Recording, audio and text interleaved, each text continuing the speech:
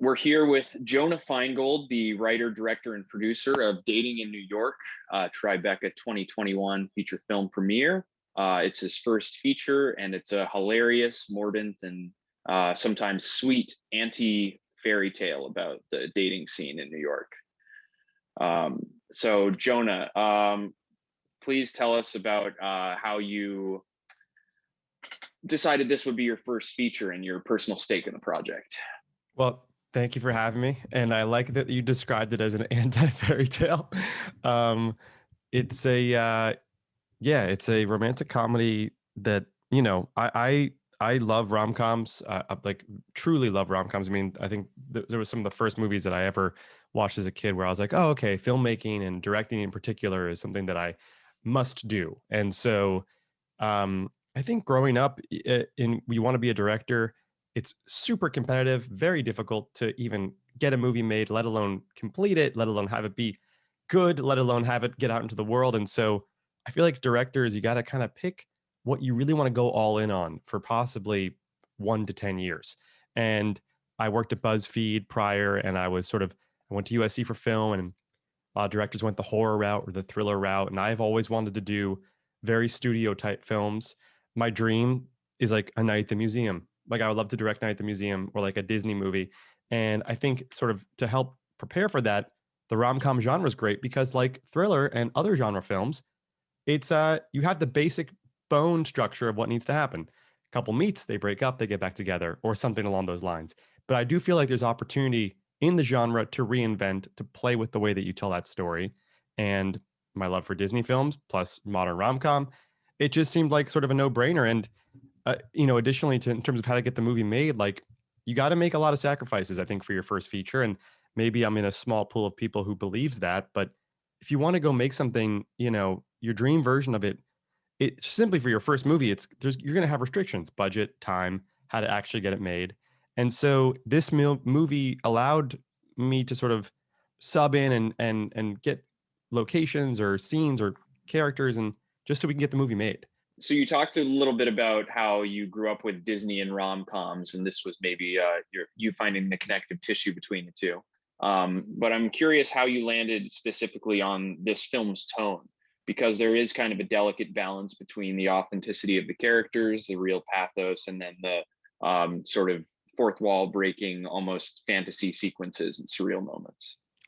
Yeah. Well, thank you for noticing that. And the truth of it is just the stuff that I love. When I watch movies, I was like, literally, what do I, Jonah, just enjoy about the movies that are my favorite films? Movies like L.A. Story, To When Harry Met Sally, You've Got Mail, all the way over to um, Pirates of the Caribbean, like all these different, and which is a ridiculous comp. And there is nothing in common between our movie and Pirates of the Caribbean. Perhaps maybe some self-referential fun and music cues or something like that. But um, also being a child of the 90s, I was a big Amblin kid. So, I loved the way those films were toned, and the fairy tale tone, and it's just, it's deeply personal in the sense that that's the way I kind of perceive like life. And I try to always be as kind as I can be to even strangers. And I have a very optimistic view on life. That's not to say that there are days where I'm like, what the hell am I doing? But I do, I like to be happy, and I like to feel good. And I think that's the intention with the tone. It's, to perhaps to its own fault, it's a lot of sugar, and and that's something that I'm proud of. And that if you're an audience member and you're in the middle of, you're on your laptop and you're somewhere cold, or you're somewhere you don't want to be, and you just want to put on this movie and escape, I hope that it allows you to do that. Interesting. That's not what I expected you to say. Really? Perhaps I'm projecting my own darkness onto the film, but I felt it was very cynical at a lot of points, which is why I called it an anti-fairy tale, because it has this traditional fairy tale structure, but also your very caustic commentary on the perils of modern dating. You are, well, this first of all is I love is that we all take away different things. And I think now I've been single for a minute. And so perhaps when I made the film, my dating life was not as complicated as it is perhaps right now. There is certainly a cynicism to it. I mean, we're poking fun at dating. The fairy tale tone is certainly meant to bring light to the fact that, like, dating is not a fairy tale. it's not that I believe, it's a joke. Like it's the whole film as its very existence is supposed to be a commentary on the state of modern dating. Like, oh, there's literally a 91-minute movie that's about the intricacies of an "I miss you" text, which I think is perhaps my favorite moment. It's like the holy grail in like an Indiana Jones movie. It's like that's the MacGuffin is the "I miss you" text. And no, but you're right. I mean, dating sucks. As the characters say, dating sucks. So there is a clash of tone and whatnot between those. One thing I was talking to Francesca about was how the film kind of explores the commodification of romance in online dating and just in general the digital era where our profiles, our brands are suddenly representative of the full scope of our romantic merit. And I thought your ice cream scene did that really accurately. The metaphor about sampling all the flavors, and so you don't properly get to enjoy any specific one. So what, in that sense, I guess, what do you hope your film adds to the conversation about dating in the modern era?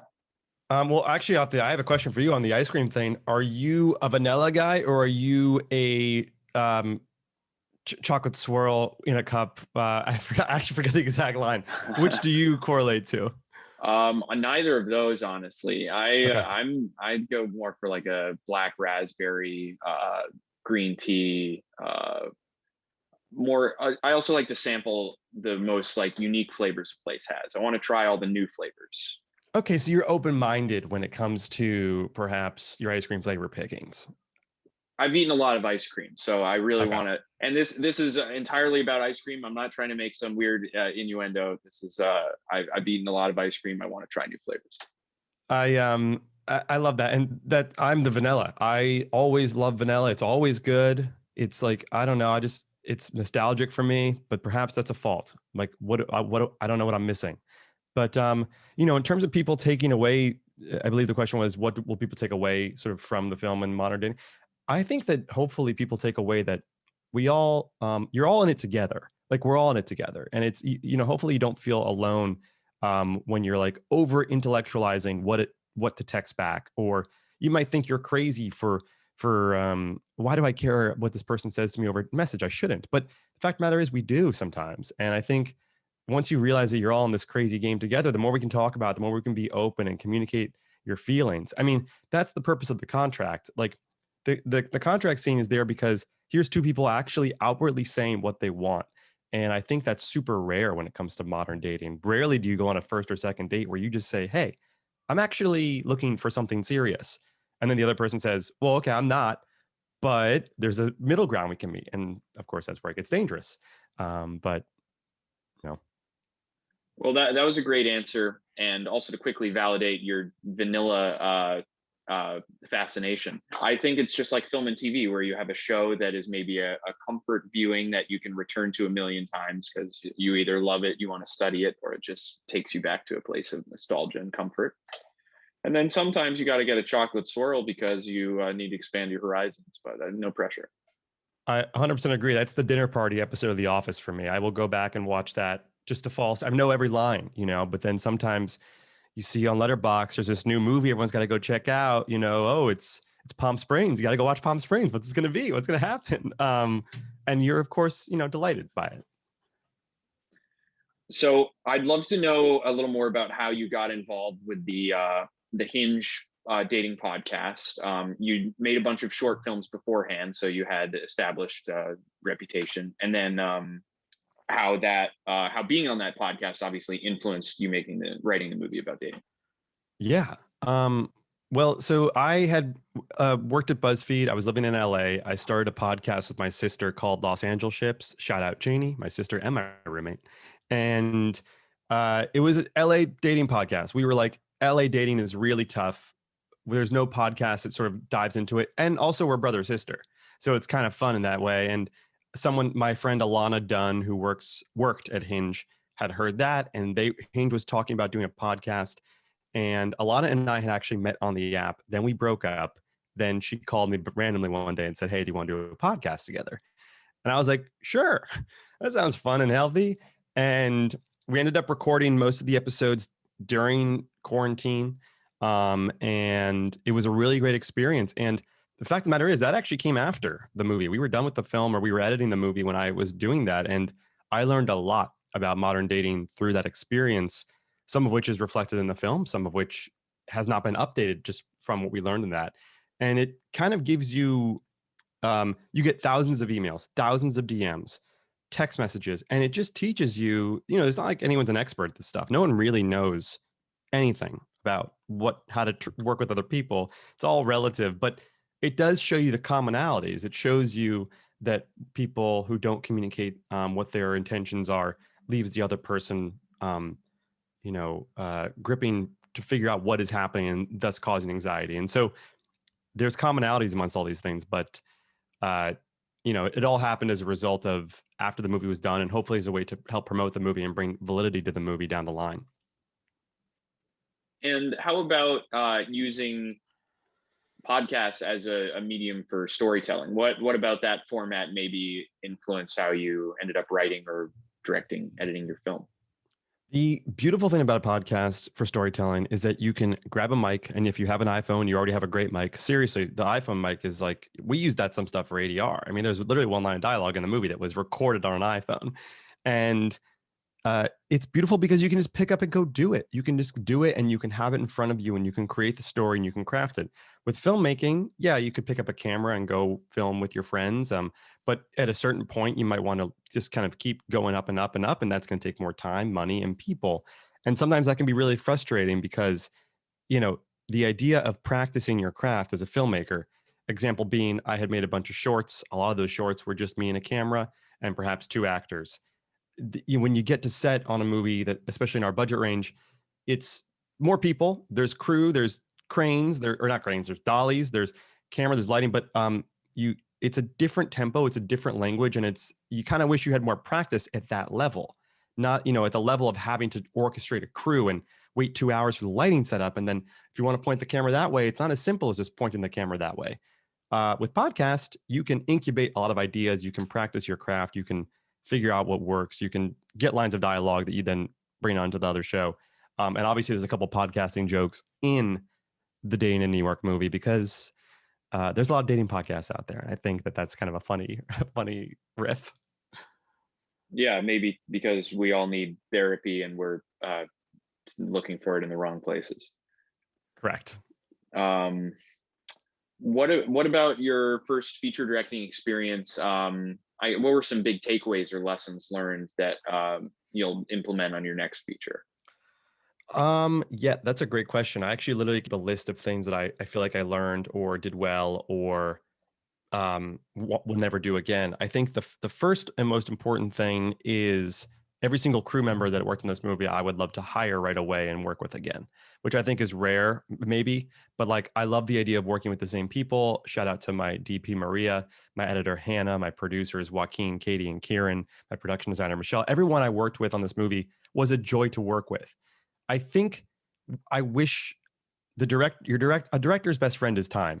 We shot this movie in about 15 days.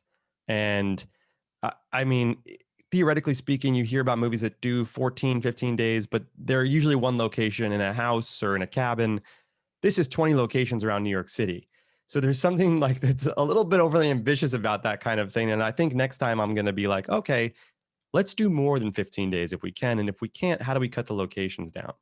I would also say I learned something about, just to be completely candid, I learned something about, well, one, I really value post-production supervisors. We did not have one. So shout out to my amazing editor, Hannah, who handled that. And that's such a key role that they really don't tell you about in film school or in interviews or anything like that. But coordinating all the elements of a post-production film, especially over quarantine where it's remote, is insane.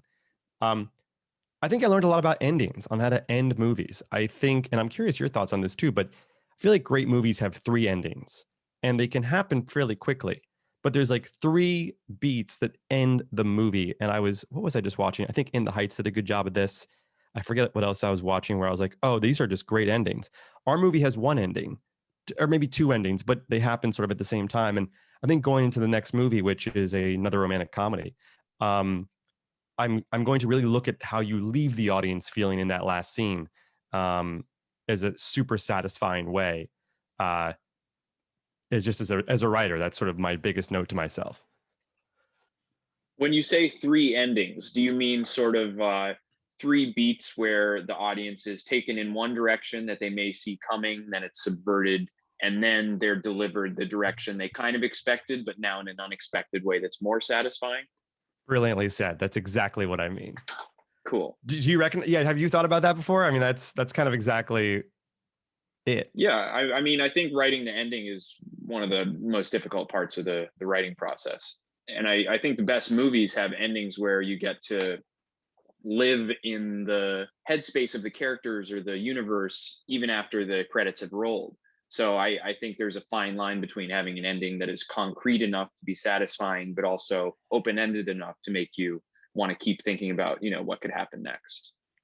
I 100% agree. I actually got an email from someone who watched the film over Tribeca. Never met him before, but he asked me specifically about our ending and what was supposed to happen and what was meant. And I gave him like the best answer I could, to the canon of the movie. But I liked the way he was sort of cared about the characters still. He just wanted to know what was going to happen with them. And I was like, well, here's the good news, here's the bad news. But yeah. Right. If you haven't seen the movie, this is a spoiler. But yeah, that's where I picked up on some of the cynicism, just because the ending is so kind of, you think it's happily ever after, and then it's like 4 months later. It couldn't be happily ever after for them. I just, and someone, people have enjoyed that ending. People have called out that ending to perhaps more critical, attention, but I don't think they could have. I'm sure they got back together at some point, but I don't know. These characters are so will they, won't they in their heads that maybe when they're 30, maybe in their 30s, they'll come back together and say, hey, remember that contract we did? We're both single at a wedding again. And let's do this. Yeah, well, I did feel it felt authentic to the characters in the film. I was more surprised when I thought the film was going to end with just a happy ending after kind of all the Yeah. wishy-washy characters and catty dating politics. But yes, that I think that ending does adhere to the structure we just talked about. Yeah. Also, the little notification on the Meet Cute app is completely intentional. Spoiler here, but that means that if you look at the background, it's the same background that Milo's character had on his home screen in the beginning, therefore implying that he re-downloaded his apps and got a little notification, which we all know the feeling of a new little someone likes you notification. Definitely. How about the balance of specificity and timelessness in the film? Because you have a lot of modern slang, and it feels very of the moment. But at the same time, the characters and the romantic arc is sort of a more relatable traditional rom-com structure. So what was it like balancing those two? It was an everyday conversation with both my DP and the actors. And, for one thing, there's not a single handheld shot in the film, so to us, that was one of the more basic ways to ground this thing in like classical rom-com commercial vibe. It's like there's no shaky, it's all sort of got this sort of storybook stability to it. Now, in terms of the jokes, like you're absolutely right. Like that was the biggest part for us. It was how do we make a joke about texting, and perhaps even there's a reference to the movie Hook. There's a Harry Potter joke. How do you make these jokes but also make it a film that you could watch in 25 years and say, okay, I still, this still makes sense. In When Harry Met Sally, they're watching Casablanca. In our movie, they're watching Harry Potter. I think you can keep it relative, but at the same time, it was always like, we don't want to make it feel like an episode of TV, where you're allowed to be hyper of the now. Yet, I think some of the elements are timeless. Sending an "I miss you" text, stalking someone on Instagram, that will at least hopefully last for 5 more years. Some of these things that will ultimately end up as a time capsule, which I think will be fun. Hopefully we can look back on this film in a couple of years and say, this was a time in dating where this was sort of what was going on. But at the same time, it was completely the intention and the dream to bring you that new information, that relevant information with a classical score, some sort of classical cinematography and performance that makes it feel of old Hollywood, of old MGM vibe. A great answer. What's something you wish you'd known earlier in both your career and your love life? Mm, deep question, Dylan. Deep question. Um, okay, let's start with love life. When your friends and your family tell you that the person you're dating isn't the right person for you, they are correct. And sometimes we're in a little thing where we're like, oh no, you just don't know them like I know them. But when your friends and family both team up, not at the same time, but like when they're both giving you the same information, you got to listen to them. And sometimes we can be trapped and not see that. And I think also what I'll say with dating is there's time. Don't rush yourself. Your right person will you will meet your right person. And there really is, don't put any pressure on yourself to do that. And it's okay to want to be single. So that's the biggest sort of revelation in dating. It's like it's okay to just say I want to be single and like explore myself, explore what it's like to be alone, and then don't worry about like having to have a partner. Um, and listen to your friends and family. When it comes to filmmaking, I would say this: I wish I could have told myself earlier that one, you don't have to live in LA to be a filmmaker. That's the practical thing I'll say. And then two is the advice is always given, but it's like it's the Duplass advice, which is the cavalry isn't coming. But what I'll add to that is just go make your movie. I think there's so much that I wish I'm 30 and I kind of wish I got to make my first feature when I was like 22. Like, why didn't I pick up a camera and just go for the 91-minute length or 88-minute length? And I think all this stuff in your film career happens for a reason. I'm not trying to put an age on it. I think people, your first movie, your film, your project will come naturally. It all eventually clicks.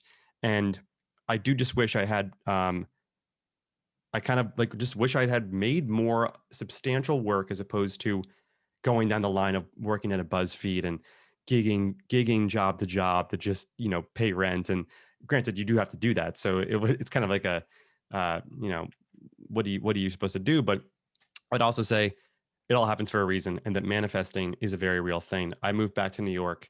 The movie got financed. We shot the film. That all happened in like a 3-month period. Yet I had spent almost 10 years in LA pondering life in New York and pondering why I couldn't make a movie.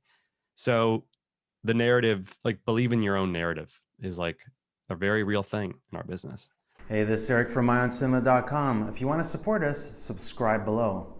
For more reviews, interviews, film festival coverage from Sundance, Cannes, Toronto, you want to check out these guys on this side.